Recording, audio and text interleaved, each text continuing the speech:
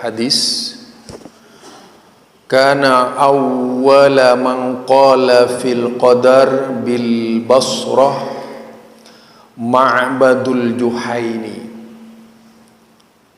Orang yang awal pertama kali memperbincangkan masalah takdir di kota Basrah, yaitu namanya Ma'bad al-Juhaini. Itu orang yang pertama kali mengangkat masalah takdir, masalah qadar ya. Dikatakan fantalaqtu ana wa Humaid bin Abdurrahman al-Himyari hajjaini au mu'tamiraini law laqina ahadan min ashabi Rasulillah sallallahu alaihi wasallam fasa'alnahu amma yaqulu haula'i fil qadar. Aku mengadakan perjalanan bersama Humaid bin Abdurrahman al-Himyari, yaitu perjalanan melaksanakan ibadah haji atau umroh, 2 kali umroh. Faqulna, lalu kami memperbincangkan, laqina ahadan min ashabi Rasulillah sallallahu alaihi wasallam, berjumpa dengan salah seorang dari sahabat Rasulullah sallallahu alaihi wasallam, fasa'alnahu amma yaqulu haula'i fil qadar. Kami ingin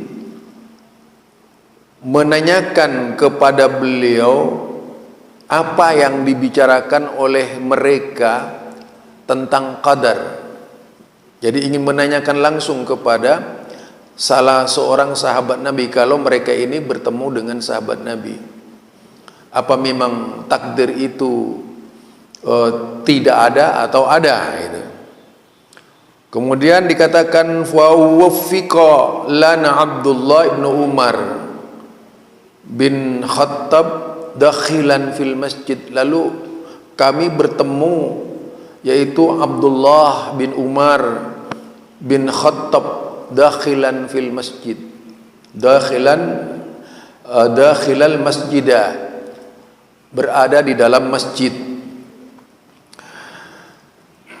Kemudian faktanaftuhu ana wa sahibi, lalu kami berusaha menghadang beliau. Ahaduhuma an yaminihi, seorang di antara kami melalui sebelah kiri, dari sebelah kanan, wal akhar an shimalihi, sedangkan yang seorang lagi dari sebelah kiri. Itu sahabat Ibnu Umar itu adalah putra Umar bin Khattab, yaitu seorang khalifah ya, Umar bin Khattab. Putranya namanya Abdullah, yang dikenal dengan Ibnu Umar. Kalau dulu kan biasa Pak, pakai nama Ibnu Umar, panggilannya Ibnu Umar gitu, karena bapaknya terkenal hebat gitu, biasanya seperti itu. Kemudian dipanggil Ibnu Umar lebih menunjukkan karena anak itu mengikuti langkah-langkah orang tua, biasanya seperti itu kalau dulu. Kadang-kadang orang tuanya menamakan Abu, itu menunjukkan bahwa nama tersebut disematkan, misalnya Abu Abdurrahman, berarti bapaknya Abdurrahman, yang menunjukkan bahwa Abdurrahman itu adalah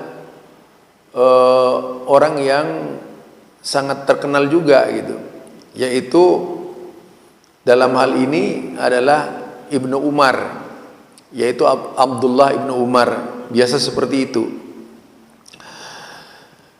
Kemudian apa? Fadhanantu anna sahibi sayakilul kalama ilayya, karena aku yakin sahabatku itu tahu kalau aku akan mewakili untuk bicara kepada beliau. Jadi ada perwakilannya untuk membicarakan hal yang dianggap rumit itu di dalam Islam ya. Masalah takdir itu kan masalah yang rumit. Tapi tentunya tidak main-main Pak masalah takdir ini. Begitu kita dustakan, bukan saja meruntuhkan keimanan kita kepada takdir, bahkan bisa meruntuhkan Islam itu. Meruntuhkan Islam kita sebagai orang yang yakin kepada rukun iman. Itu kan salah satu rukun iman, takdir itu. Begitu didustakan, itu artinya sudah mengurangi satu rukun di dalam Islam. Nah, ketika sudah disimpulkan mengurangi satu rukun, gugur keimanan kita secara keseluruhan. Ada yang kurang gitu. Ya, itu yang dipermasalahkan. Fakultu Aba Abdurrahman innahu qad dahara. Ya Aba Abdurrahman. Nah, itu Ibnu Umar dipanggil dengan nama anaknya gitu. Namanya bapaknya, ya Abu gitu. Kan sekarang banyak yang niru-niru. Ya, tapi yang paling lucu itu dia tidak berkualitas. Akhirnya bukan Abu, dia Abu Tomang gitu. Itu kekeliruannya ya. Kalau dulu pakai Abu karena memang merasa punya andalan, disebut Abu gitu. Kalau sekarang asal pakai Pak, walaupun tidak kualitas pakai. Nah, Aba Abdurrahman innahu qad dahara kibalanan nas yaqra'una al-Qur'an wa yatafakkaruna wa yatakaffaruna al-alam.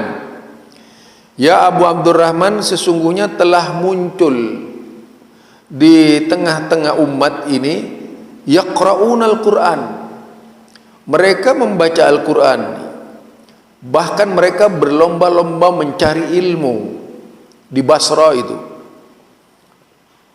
Wa zakara min sya'nihim, lalu menyebutkan tentang keberadaan mereka. Wa annahum yaz'umuna alla qadar, mereka meyakini bahwasanya tidak ada takdir katanya.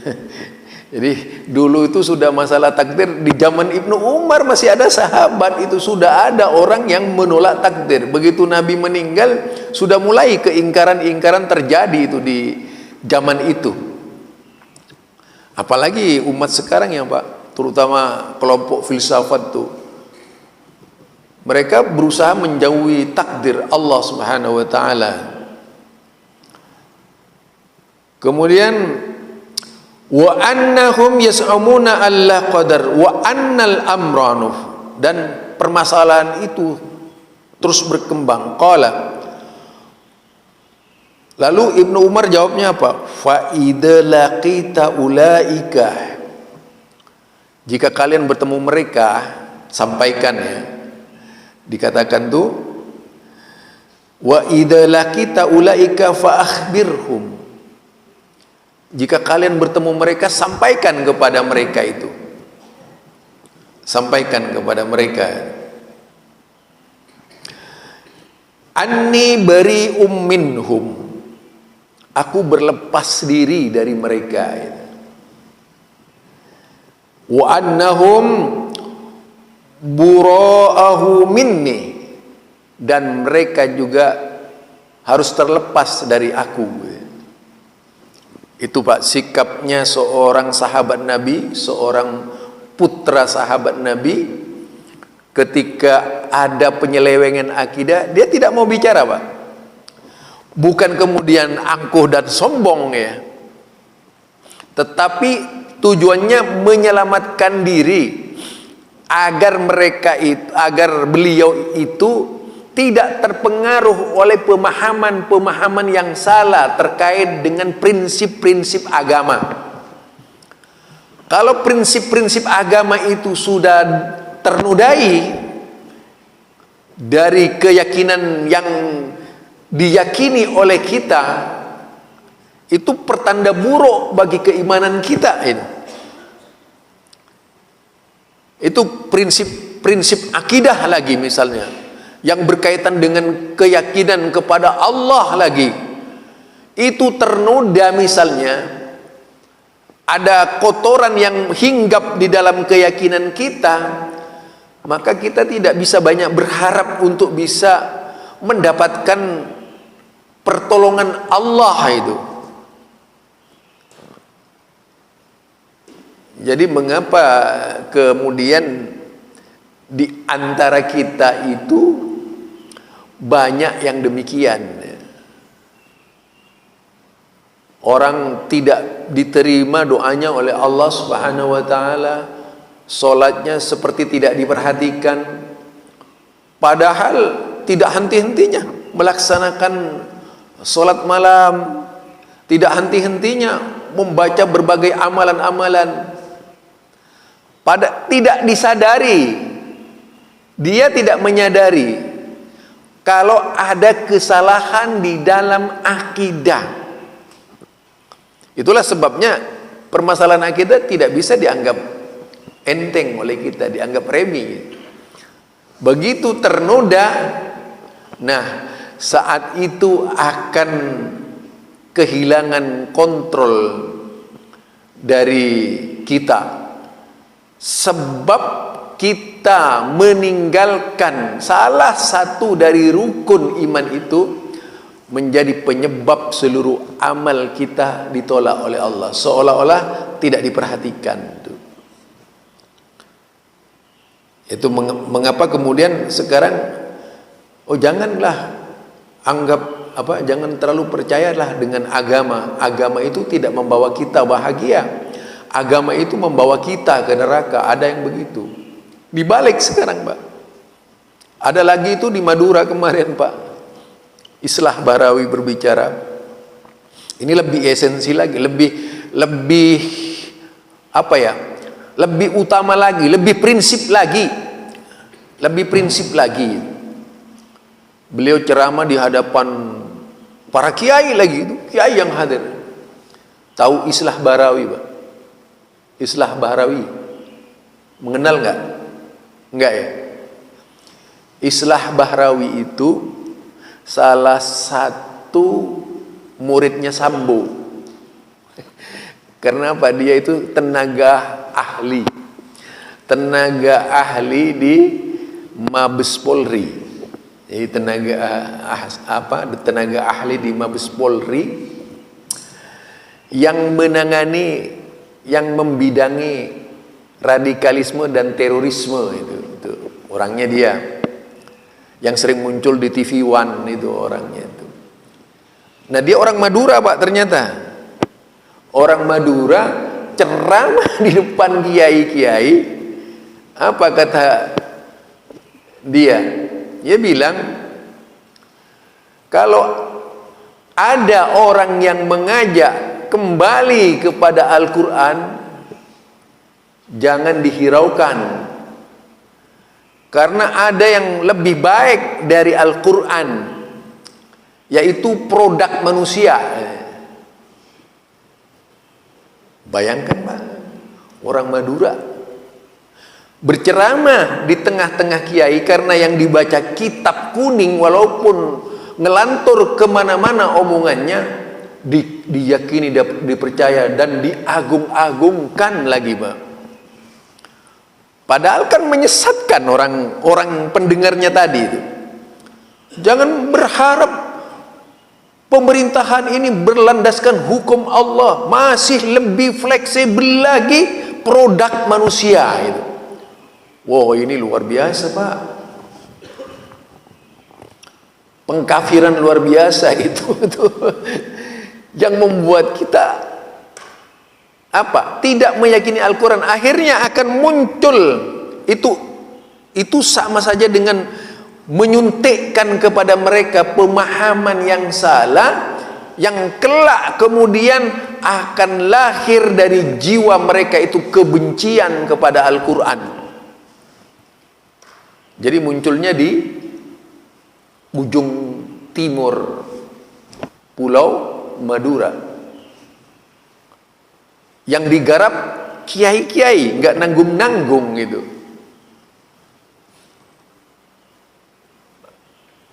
Jadi dia itu tadi kita katakan dia adalah orang BIN, orang badan intelijen, karena staf ahli dia.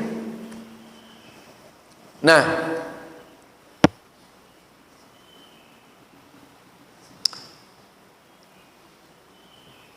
artinya kalau kita berpikir tentang perintah-perintah Islam itu, maka tidak ada satupun yang boleh kita kurangi dari diri kita, keyakinan itu yang membuat keimanan kita menjadi down, menjadi turun drastis, bahkan sama sekali tidak ada nilainya di sisi Allah Subhanahu wa taala. Ya, kalau sudah masuk ke dalam ranah Al-Qur'an itu artinya sudah benar-benar tidak mau berislam. Itu Pak. Jadi kemudian faida laqita ulaika fa akhbirhum anni bari'um minhum. Jika bertemu mereka, kabarkan kepada mereka sesungguhnya aku berlepas diri dari mereka dan mereka harus berlepas diri dari aku. Nah, itu artinya orang yang seperti itu tidak lagi wajib didengar, melainkan dijauhi, karena bisa menghancurkan keyakinan kita. Itulah sebabnya yang terjadi di negara kita ini, dari kalangan cerdik, pandai, kalangan muda-muda, usia muda Pak, masih usia muda, usia 30, usia produktif. Usia produktif itu berarti usia 35 ke bawah ya.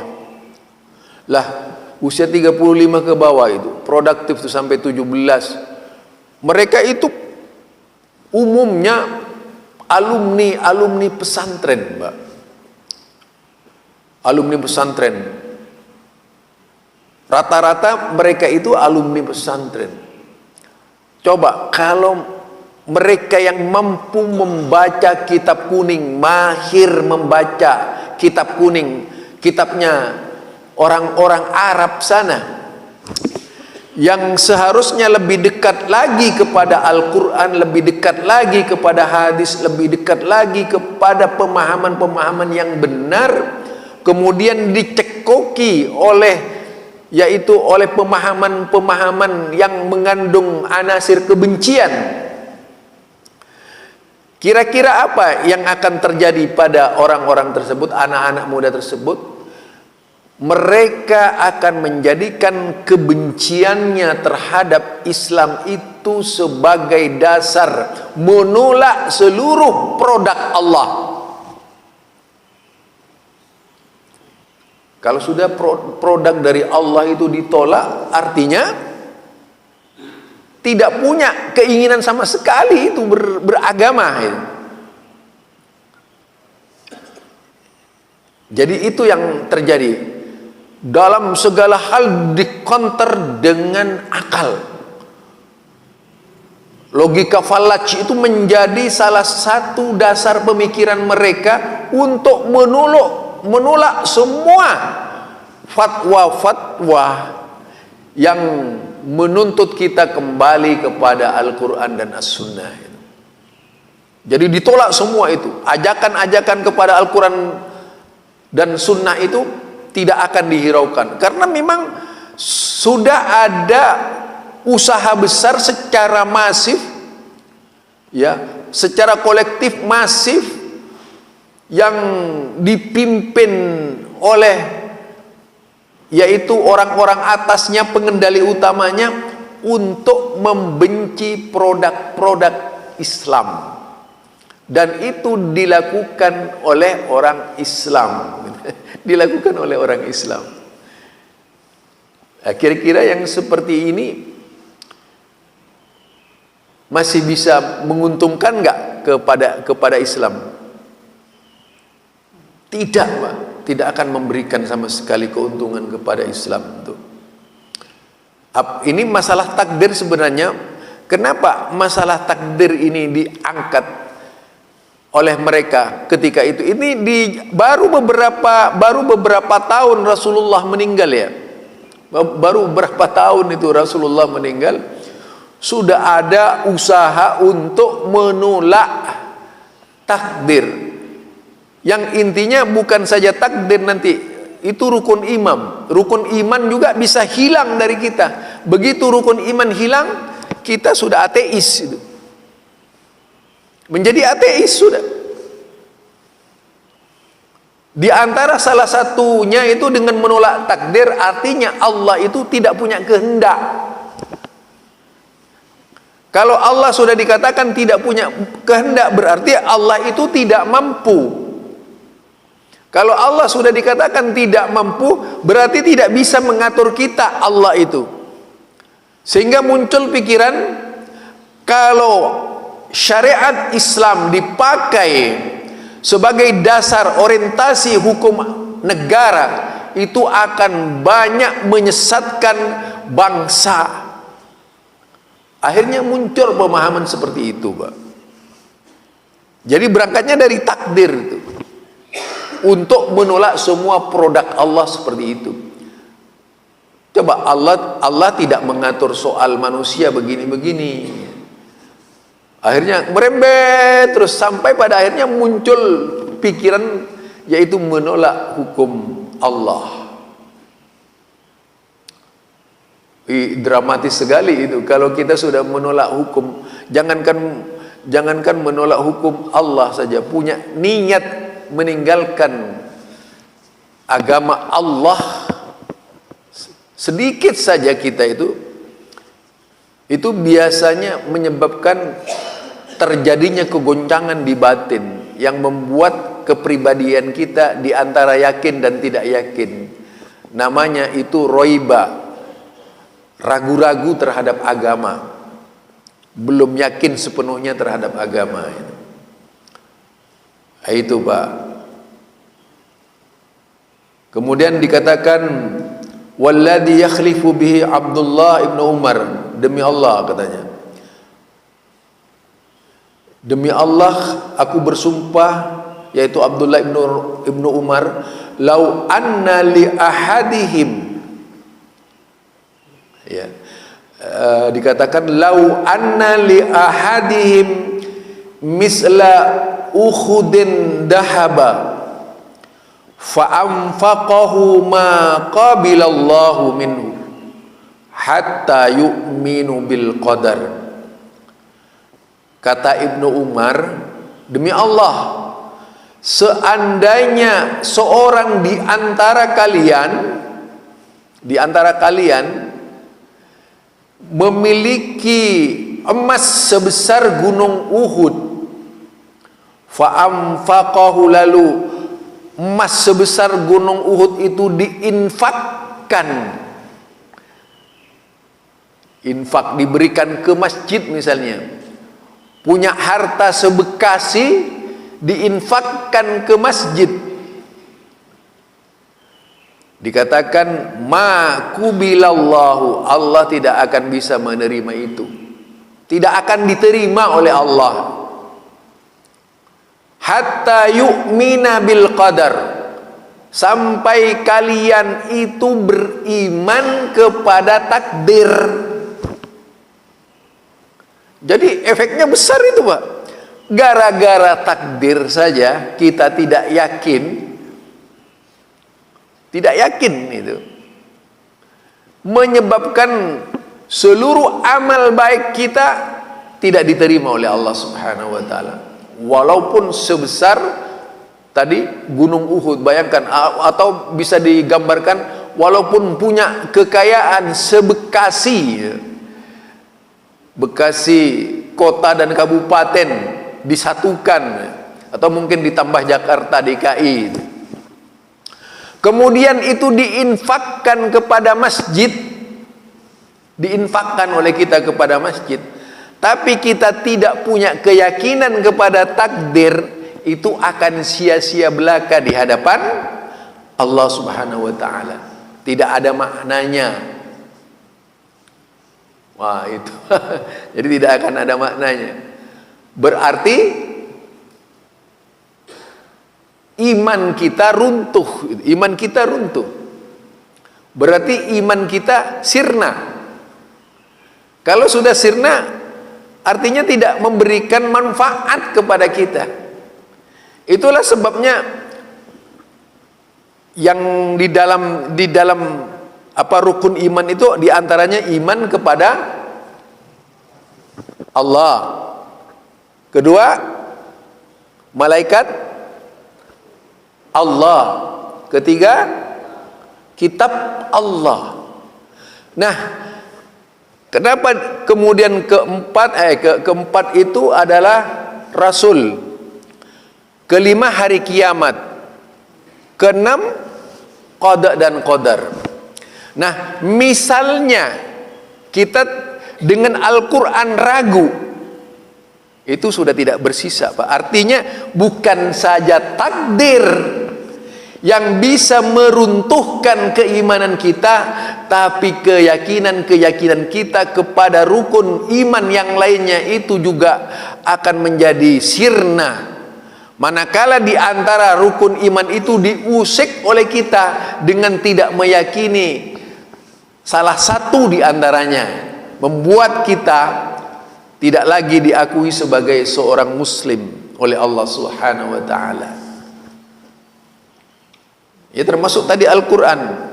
Tidak meyakini bahwa Al-Quran bisa mensejahterakan umat, tidak meyakini Al-Quran bisa menyelamatkan manusia, tidak meyakini Al-Quran bisa menyelamatkan negara, tidak meyakini Al-Quran bisa menyelamatkan kita kelak di akhirat, tidak meyakini Al-Quran bisa menyelamatkan rumah tangga kita, itu berarti sudah tidak bisa diandalkan imannya. Dan kalau digunakan untuk landasan bernegara-negara bisa hancur misalnya, itu ya Pak yang akan menggugurkan keimanan kita di hadapan Allah Subhanahu wa taala.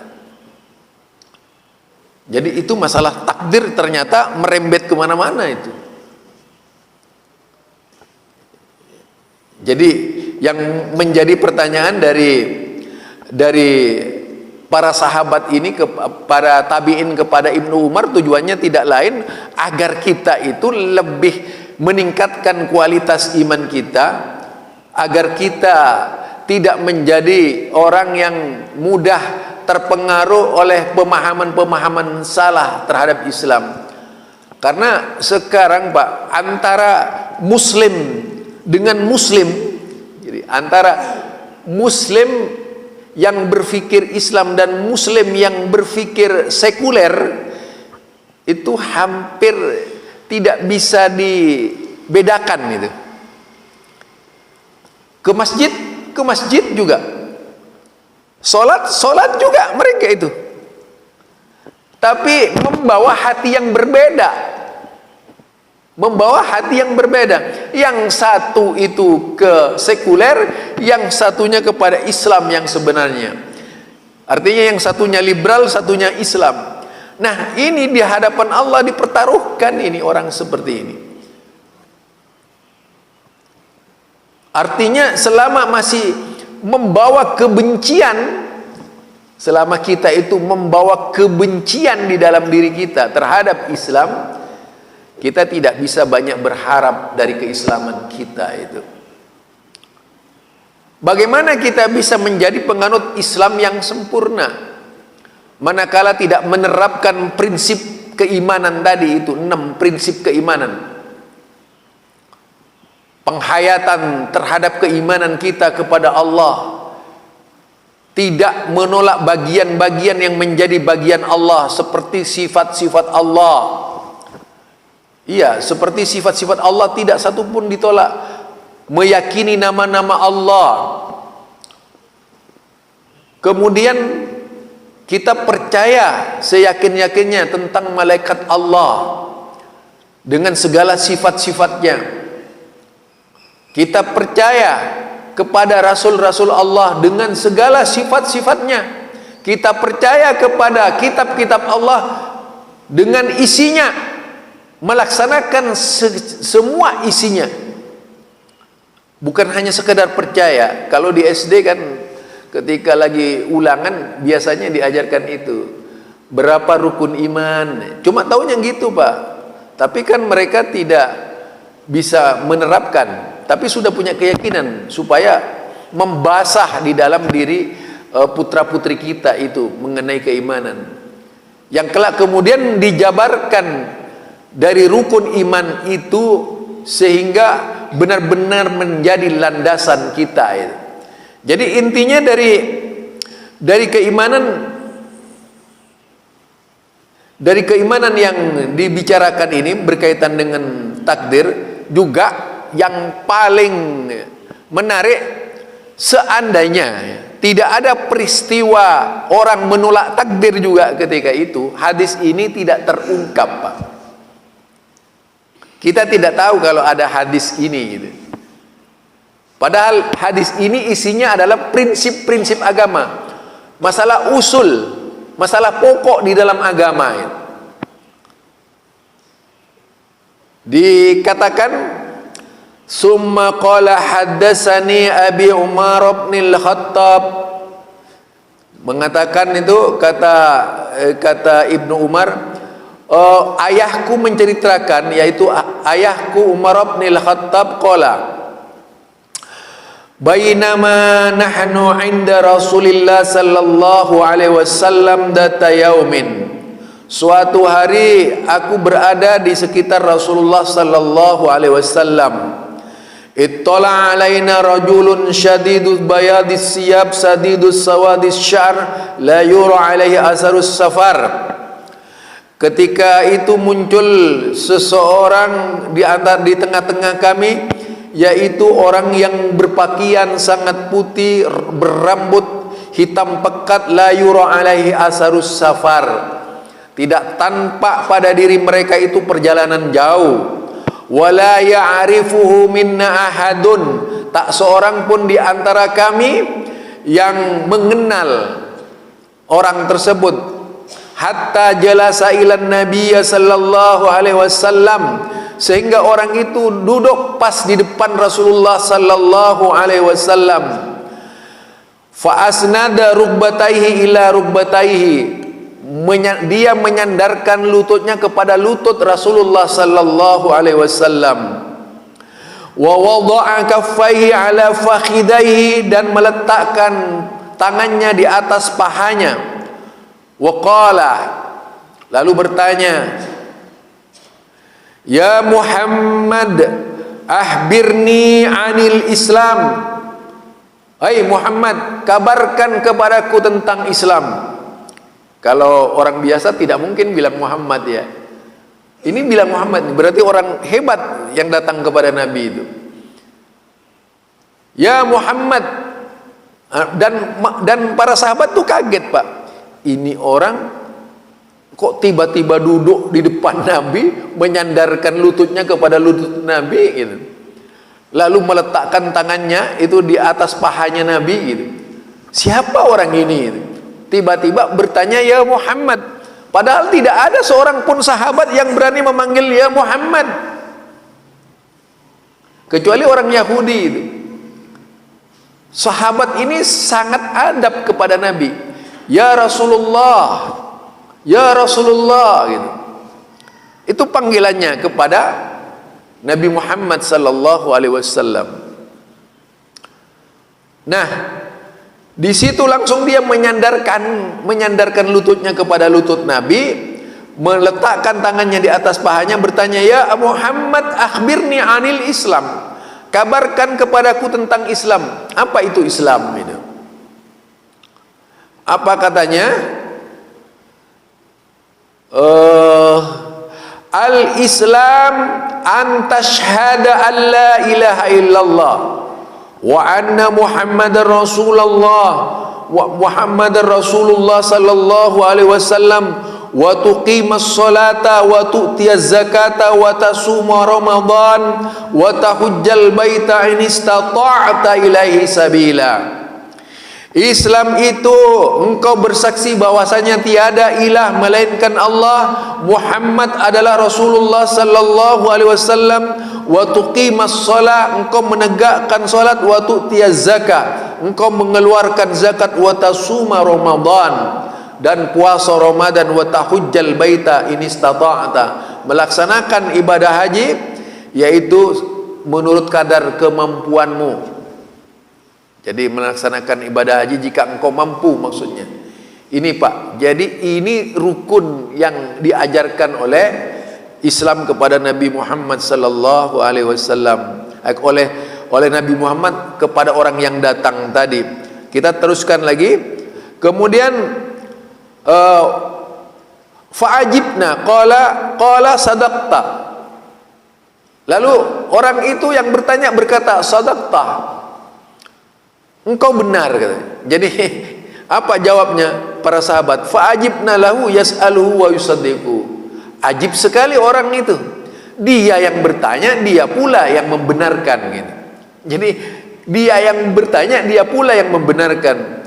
Lalu masih bertanya lagi, qala fa akhbirni 'anil iman. Apa itu iman?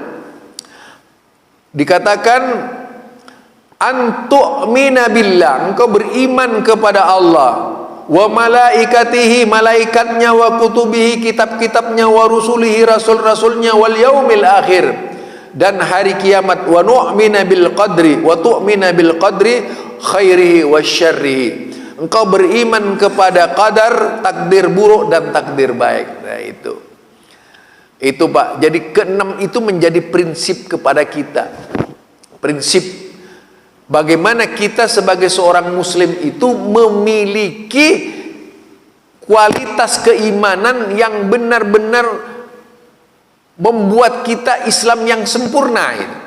Bukan sekedar menjadi ilmu Pak. Sekarang kan Islam hanya menjadi alat ilmu saja, tapi dari sisi keyakinan, pelaksanaan, prakteknya itu tidak seperti yang dipelajarinya itu. Jauh dari yang dipelajarinya.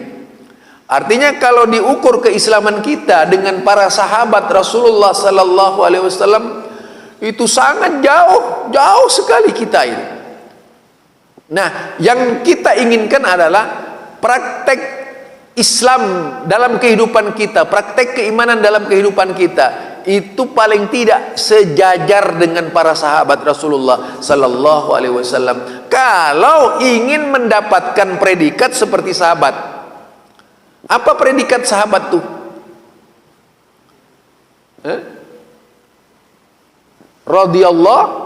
Radhiyallahu anhum. Itu predikat sahabat. Wa radu anhu. Allah ridha kepada kita, kepada mereka, dan kita ridha kepada Allah. Itu nantinya mendapatkan radhiyallahu anhum. Kita mendapatkan keridhaan dari Allah, kemudian kita ridha dengan Allah Subhanahu wa taala. Nah, kalau sudah mendapatkan predikat, tidak ada alasan untuk menolak kita dari surga. Orang masuk surga itu Pak, selain memang kehendak Allah, tapi Allah sudah berjanji bahwa surga itu akan diberikan kepada mereka yang benar-benar beriman. Nah, begitu salah satu dari keimanan itu cedera, ya, begitu keimanan, salah satu keimanan kita itu celah, ya, itu yang tidak membuat kita masuk ke surga itu. Jadi barangkali itu dua pilar kekuatan Islam itu terletak pada rukun, yaitu rukun Islam dan rukun iman tadi. Keduanya harus berjalan berdampingan, beriringan gitu. Berdampingan, beriringan sehingga benar-benar menjadi panduan kita, panduan dalam perjalanan hidup kita, dan benar-benar menjadi panduan arah perjalanan ibadah kita kepada Allah. Demikian juga ketaatan kita kepada Rasulullah sallallahu alaihi wasallam. Panduan yaitu beribadah, panduan bermasyarakat, panduan bernegara. Ini saja barangkali, mungkin sebelum ditutup ada pertanyaan? Tidak ada? Itu saja barangkali, mudah-mudahan Allah Subhanahu wa taala membimbing kita menjadi hamba-hamba Allah yang dikategorikan penuh dengan keimanan kepada Allah dan Rasulnya. Subhanakallahumma wa bihamdika asyhadu an la ilaha illa anta astaghfiruka wa atubu ilaik. Assalamualaikum warahmatullahi wabarakatuh.